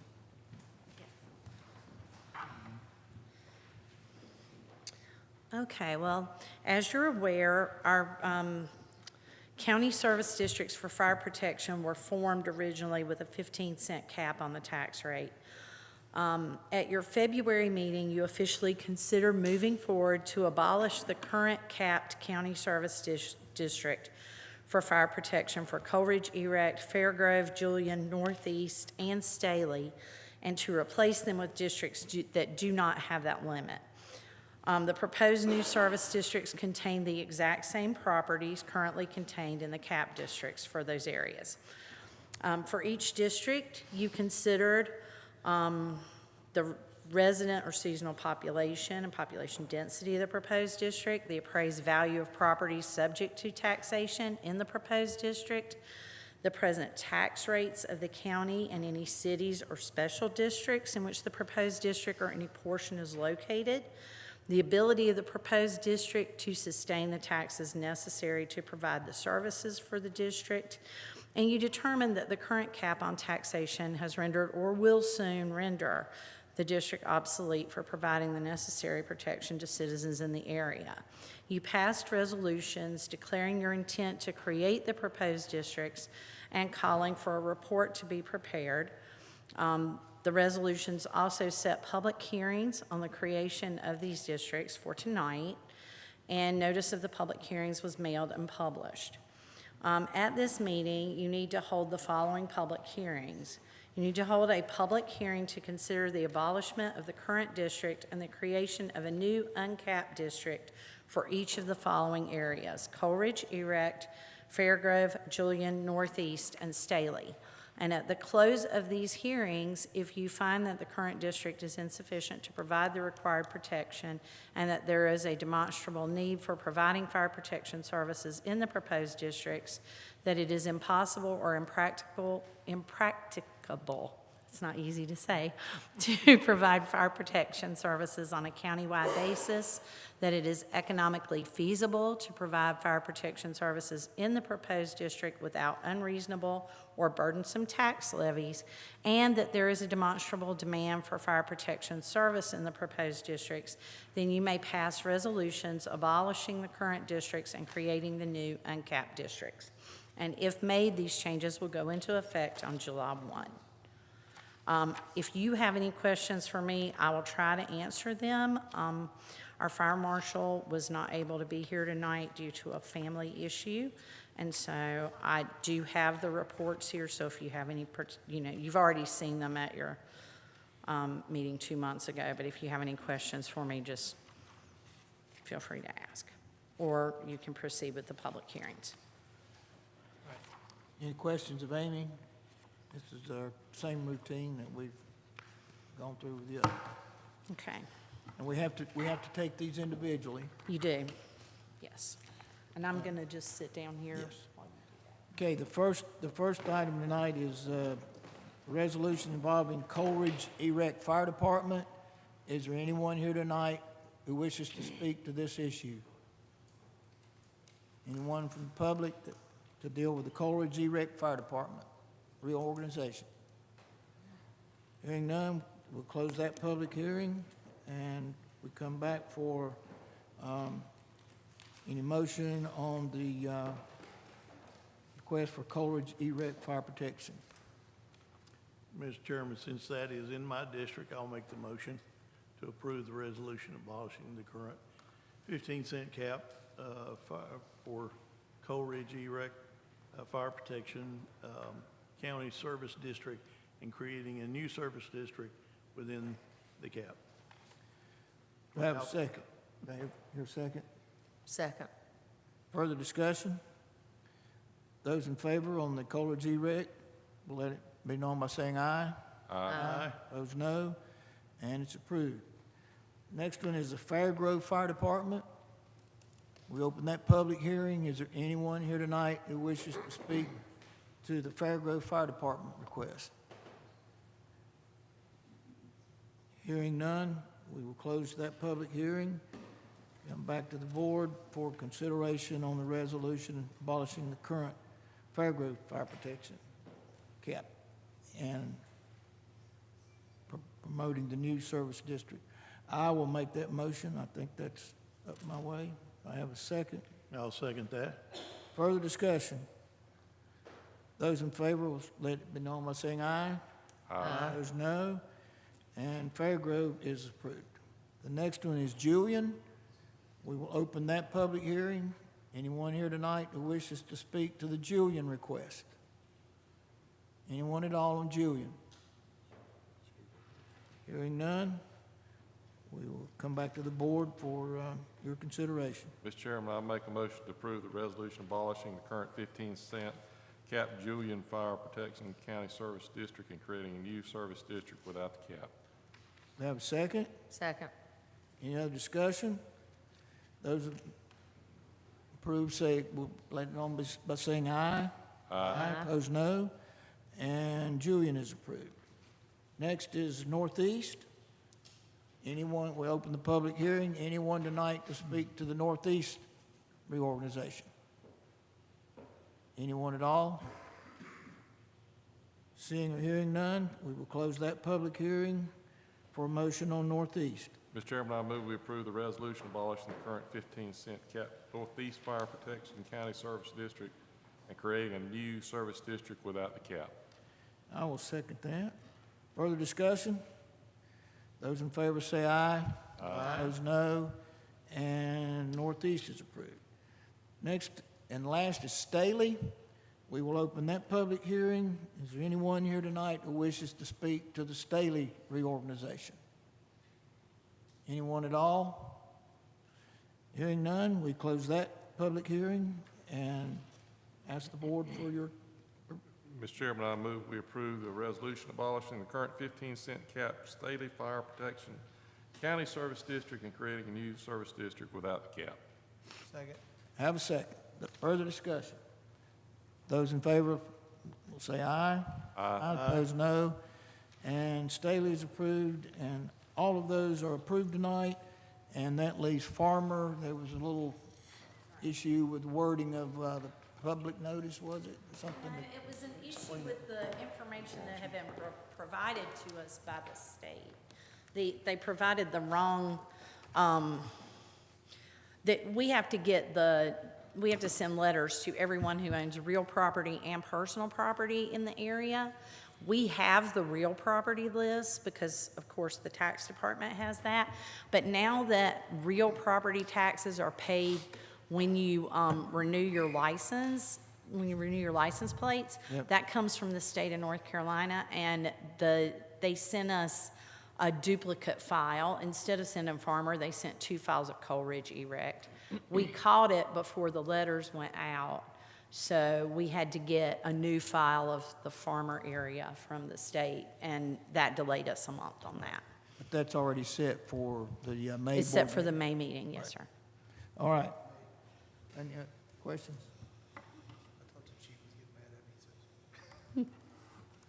All right. Thank you, Amy. I think I've got the next one too, so I just stayed up here. Okay, we're now to item G. You're ready for that? The Caraway Speedway Economic Development Fund. Yes. Okay, in expending its coronavirus state fiscal recovery funds, the state of North Carolina created something called the Motorsports Relief Fund.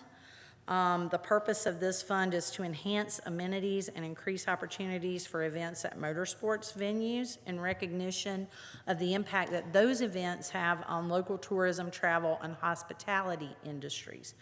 Randolph County received a grant from this fund specifically for the benefit of Caraway Speedway in the amount of $485,000. Caraway plans to use that money to replace some aging and kind of dilapidated seating and to repave certain sections of the track. But in order to properly administer the funds, it is necessary to hold a public hearing on the acceptance of this grant and the provision of the funds to or for the benefit of Caraway Speedway. To ensure that the benefits envisioned by the fund are realized, if this arrangement is approved, the county will enter into an economic development contract with Caraway, and the agreement will govern the use of the funds, and will ensure that Caraway continues to operate at a level that will increase tourism and travel benefits to our citizens. So at the close of the public hearing, if you approve of the arrangement, please adopt the attached resolution. But know that the funds come from the state and they're only for the benefit of Caraway. So if we don't use them for this, we just have to send them back to the state. So. And we've got lots of money with lots of strings on it now. We did. Yes, sir, we sure do. Yes. So We did everything. what kind of comes with strings or what, are you going to draft the agreement or Amy? I've already drafted the agreement, and it follows the same, it follows the same way that our normal economic development agreements are, except that in this case, Caraway will do the improvements, but they will submit invoices to us. So we will not be just handing the money over to them. They will be submitting the invoices as the money's done, and we will pay the contractors directly. And also, Caraway has to certify that it holds a minimum of 20 events per year and has to continue to do so for at least 2 years after the date of the final payment in order not to have to pay any money back. So it's similar to our economic development contracts, but a little different because it doesn't involve the investment of Caraway's funds or the creation of jobs. It involves holding the events to ensure travel and tourism to accomplish the goals of the motorsports. Somebody at Caraway verifies the quality of the work before they send the invoice over to be paid. Yes. Is there any, maybe I should have read it, but I didn't, a definition of an event? I'm assuming it was motorsports. They have events. I live near there. Oh. I can hear them. Yeah, it has to be I mean, They don't bother me, but they can have a picnic called. No, it has to It's be gotta a motorsports I didn't know if that event, was yes, defined in the agreement yes. or not. I can verify they are motorsport. I could verify. I think it's 20 a year? It's at least 20 a year.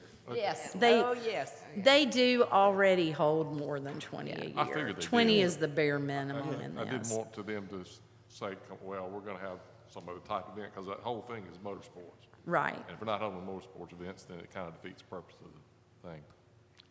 And I will say that Randy and I were in touch when this money, when they first, passed this and made funds available, for motorsports relief. And so I put him in touch with the county, and he has been most complimentary of the help he received, from the county office to access the funds. So I'm glad to see it going to help, as it should. It is very much a part of Randolph County. Well, then if you decide to do this at the close of the public hearing, all you need to do is pass the resolution. This didn't have it with the funds the state set aside like for North Wilkesboro reopening that. It is It's very all a part similar. of that It's pot of through money? that same fund. Yes, sir. Right. All right, this does require a public hearing. Is there anyone here tonight who wishes to speak to the Caraway Speedway Economic Development Project? Anyone at all? Okay, hearing none, we close the public hearing and consider the resolution authorizing the project, the funds, receiving the funds. Does the resolution need to be read? No, Okay. just the way that, Then I'll make a motion to adopt the resolution authorizing the County of Randolph to enter into an economic development incentive contract for Caraway Speedway. Second. Other discussion or questions? Those in favor, let it be known by saying aye. Aye. Those no, and it's approved. Thank you. Thank you. Item H, Paxton, you're going to speak to the courthouse bids?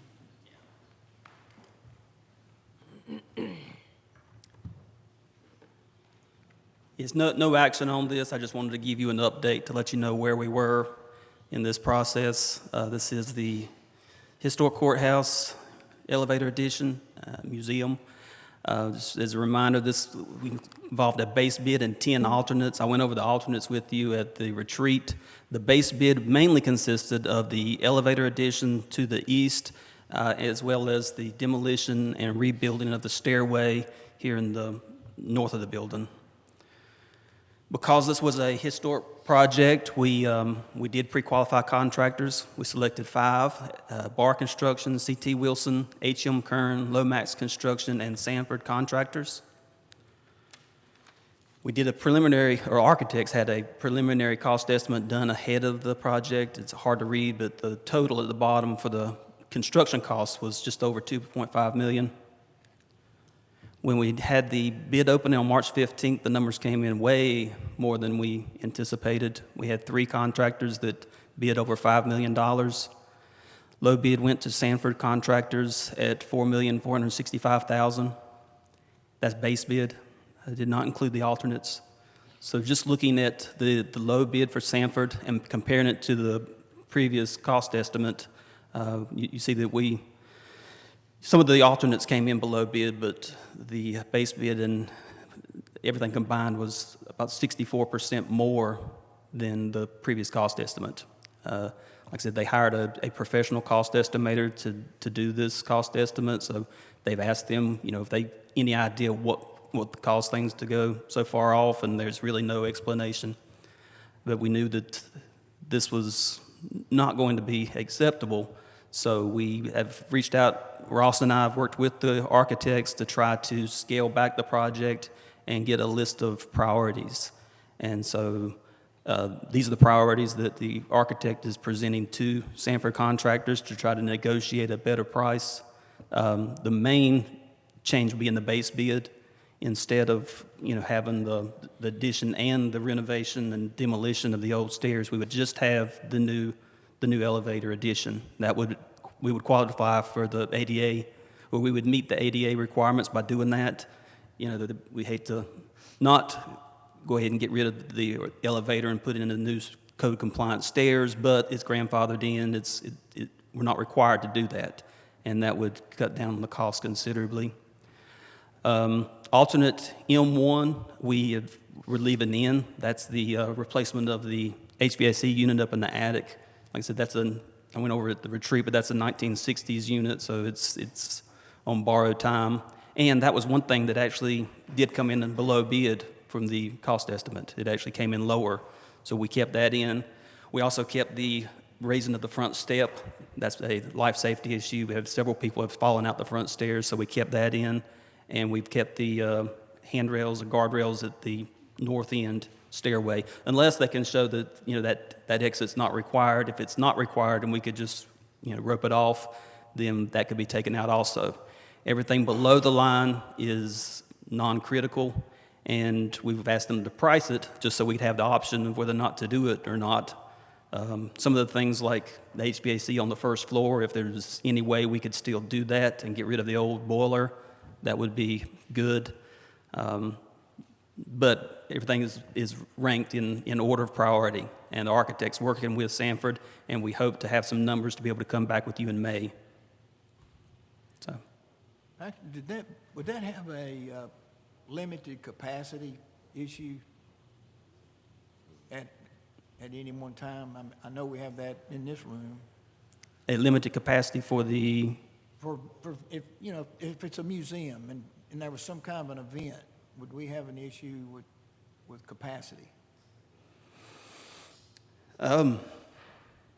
No, they'll still meet code for whatever capacity of occupancy there is. The main question is just in the use. If it's scaled back, the museum portion of the project is below the red line. So unless the numbers come back good enough that we can leave that work in the construction contract, then the bottom floor would not be renovated as a museum. It would pretty much just be used as it is as storage or maybe in the future. But that's not what we envisioned for the building at all. No, the goal was to, have it set up as a museum to store artifacts. Yep. I mean, do we have any idea what we'd take out of that in dollars? Well, hopefully taking out the demolition of that old elevator and rebuilding the stairway and having to redo all the plaster, I mean, hopefully that will bring the cost down considerably. And I think the use of the bottom floor as the museum, a lot of the work could be done later, especially like the electrical. I think the big thing is if the heat and air could be done, if we could get rid of the boiler and upgrade the air conditioning on the first floor. That's what started this whole thing, was to make a museum down there. Well, that and the ADA issue with the existing elevator not meeting ADA requirements. So, like I said, the architects and us are working with the contractor, trying to get some better numbers, and we hope to come back to you in May. And at that time, we'll probably have, this list, sort of a la carte list of what could be included and what could be kept out to keep the prices down. All right, so let me ask this question. Ashboro recently was officially listed on the National Register of Historic Places. And this, this building is a historic landmark. So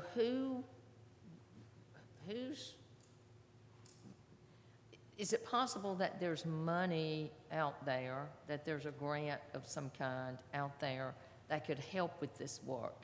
And then whose responsibility is it to look for that? There may be. There's plenty of money. I mean, I'm not saying it's your job. Grants going around now. Well, I mean, I don't know anything about it, but I don't mind trying to do what I can. I would think Ross and I could look into it to see if there's funds available. What about you? Sorry. How could I do that? It's difficult to find, at least federal grants, it's difficult to find grants for capital. So there are grants for, like the Library Services Technology Act grants we get, administered by the same people. There are a lot of museum grants available out there, but they're for programmatic things or acquiring collections and stuff like that. I will look and see if I can come up with anything, but I immediately can't think of anything. A special like a local appropriation by the legislature might be a source, for that. There are a lot of special projects that come through cultural resources that at some point we might, want to ask for something like that. But I will look for grants. But construction grants are hard to come by.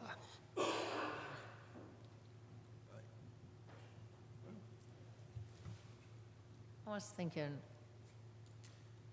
especially about the renovation part to make it ADA compliant. We can look. We get $5 million, and you're talking about $400. Yeah, we can definitely look to see what's available out there. When we renovated this building, back in the 90s, at that time I was with building inspections, and most of my experience in working with buildings was more commercial, and it wasn't necessarily local government. And when you're dealing with a business, there was a removal of barriers. It's what they refer to it as, where you have a percentage, like 20%. And once you meet that 20%, you're not required to go any higher. And that's what I thought our obligation was to meet 20% of our budget, just like other businesses. And then, the other year or a couple years ago when we had the issue with people we had someone that on the YouTube video of looking at buildings, and we had to go back and look at our ADA policy. It was at that point we had a specialist from Department of Transportation come down and clarify that there is no grandfather status when it comes to ADA. Local governments, have to meet by, and so we went and evaluated all of our buildings, and this was the one building that was probably our biggest, most expensive undertaking because of the elevator. I mean, we do have at least one other very feasible option for our meetings here. I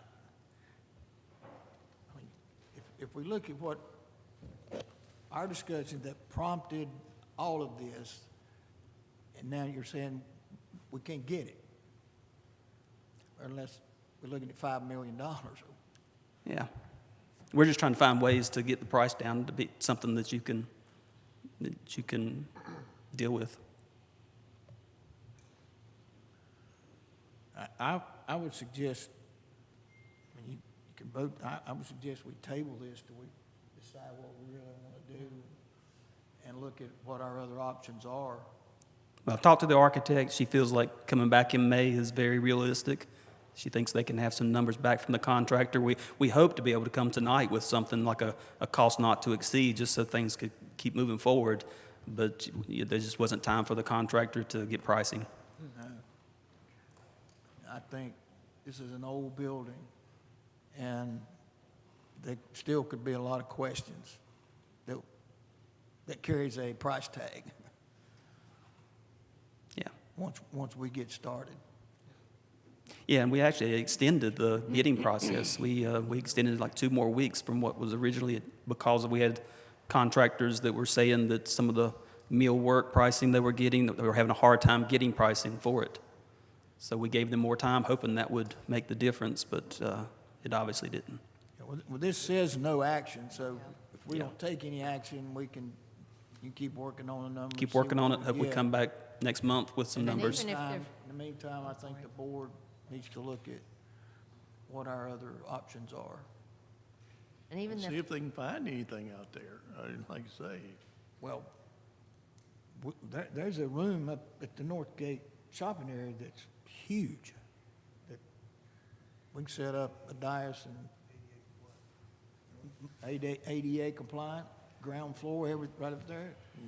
We could be ready by probably next month. I mean, But then the Well, that was question is, what the do you do plan. with this building? Yeah. right.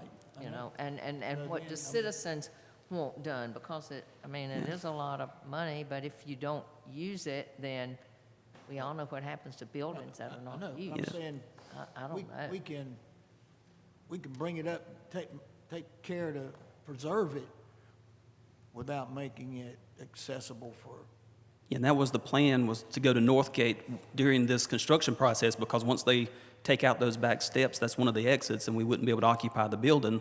So we were looking at having an alternate location. That was just a short term.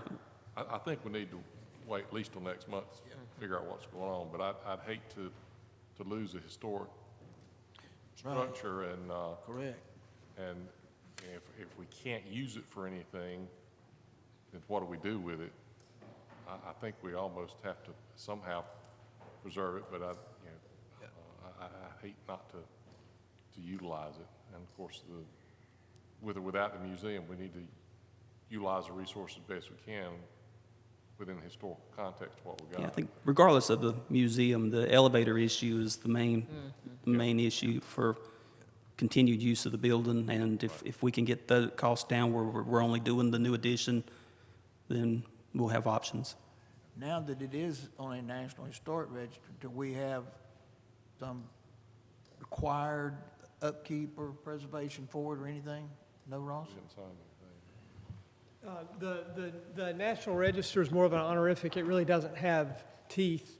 The teeth is the local landmark designation, and that goes to modification of the building, and the plan we've come up with has been through the Landmark Commission and received a certificate of appropriateness. But as far as National Register goes, they're not. Once it's designated, that's sort of the the honor. All right, we'll decide, we're gonna delay it, we're taking no action, and see what we determine, maybe bring it back next month, or whenever we have something more definite, whatever that is. All right, we'll keep working on it. All right, Thank you. Thank y'all. All right, next item is our debt to the Department of Agriculture on our farm, food, and family grants from Randolph Electric through USDA. Thank you, Mr. Chairman. Yes, as you recall, last year we got approved for $2 million loans through USDA going through REMC. And since the approval, REMC has been trying to work with USDA to get the funds down here. Currently, they're not down yet. We don't have the loan. We haven't closed on that, but they think that they're pretty close. One of the things that USDA has requested is that when we planned this, it was an annual payment, and USDA would prefer it to be monthly payments. And so if we do close this month, that would indicate that we would have a debt service payment in May and June. So what you have before you is a budget amendment to add that to the general fund budget to be able to cover those. And we're using sales tax, I believe is what I had. No, it was a transfer from the capital reserve, which is where we're funding most of our debt service, and will in the future. But there's some also an additional $2,000 of trustee fees that we need to budget as well too. That's the part for sales tax. So it's an increase of $68,667 to the debt service budget. That's for the 2 months. Yep. Any other questions? That's for both loans, the total. That's the total. We still don't have the money yet. No, sir.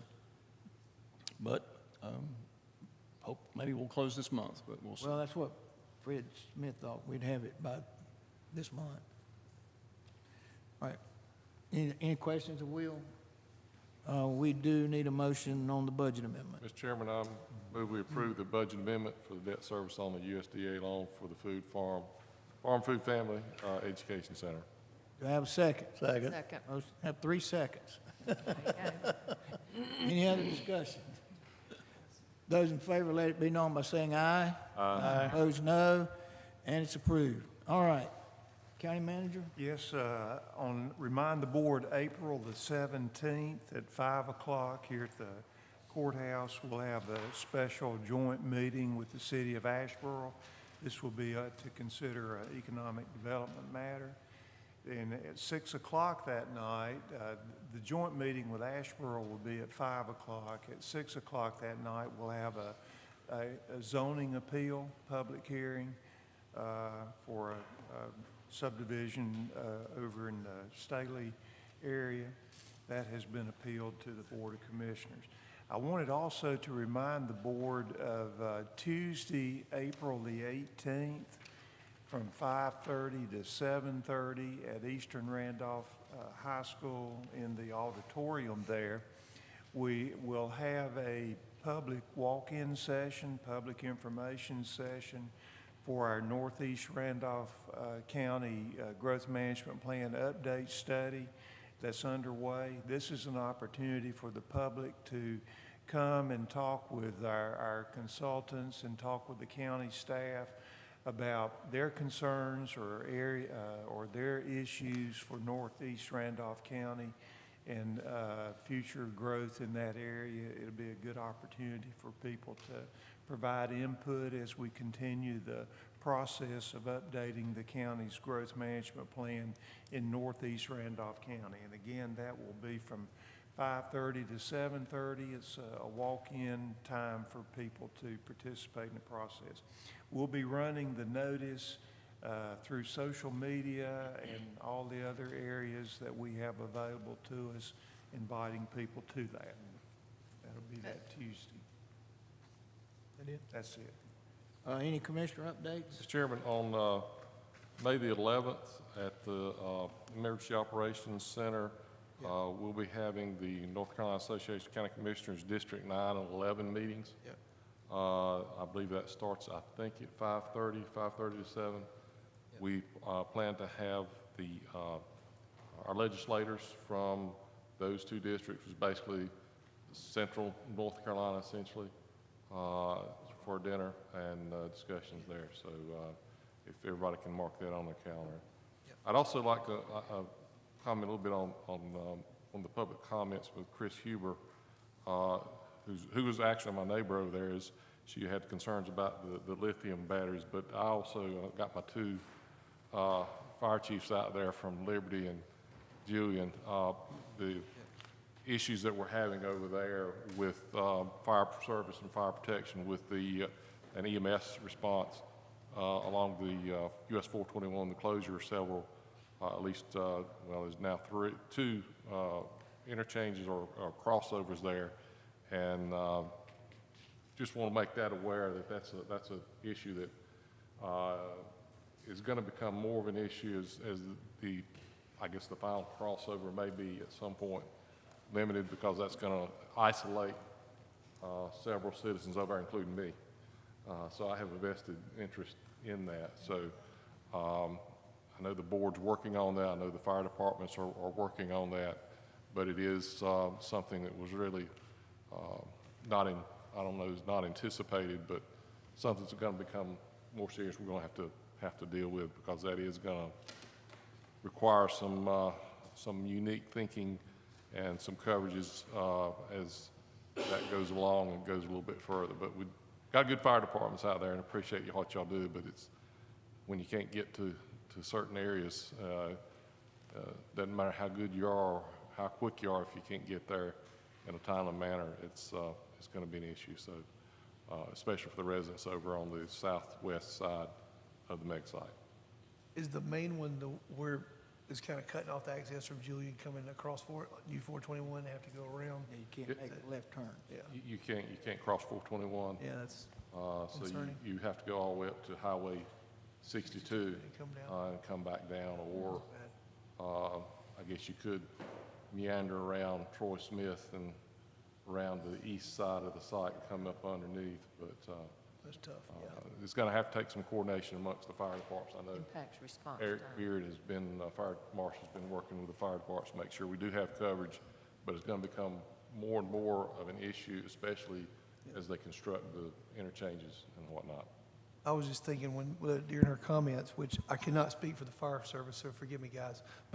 But I know in going to a lot of the chiefs meetings, I do know they have addressed, because I sat through one of them, some training on lithium battery fires and those kind of things and how that spreads quickly. And so I know they're working on, more training in that area as discussed at their meetings, because, I didn't know what was going on, but you know what they were talking about, so. And we'll Anyway, see you guys I know tomorrow. they're addressing it. See y'all tomorrow. Yep. All right. Any other business tonight? Do I have a motion to adjourn? So moved. Have a second? We are adjourned. Thank all of you again for your presence and participation. Folks at home.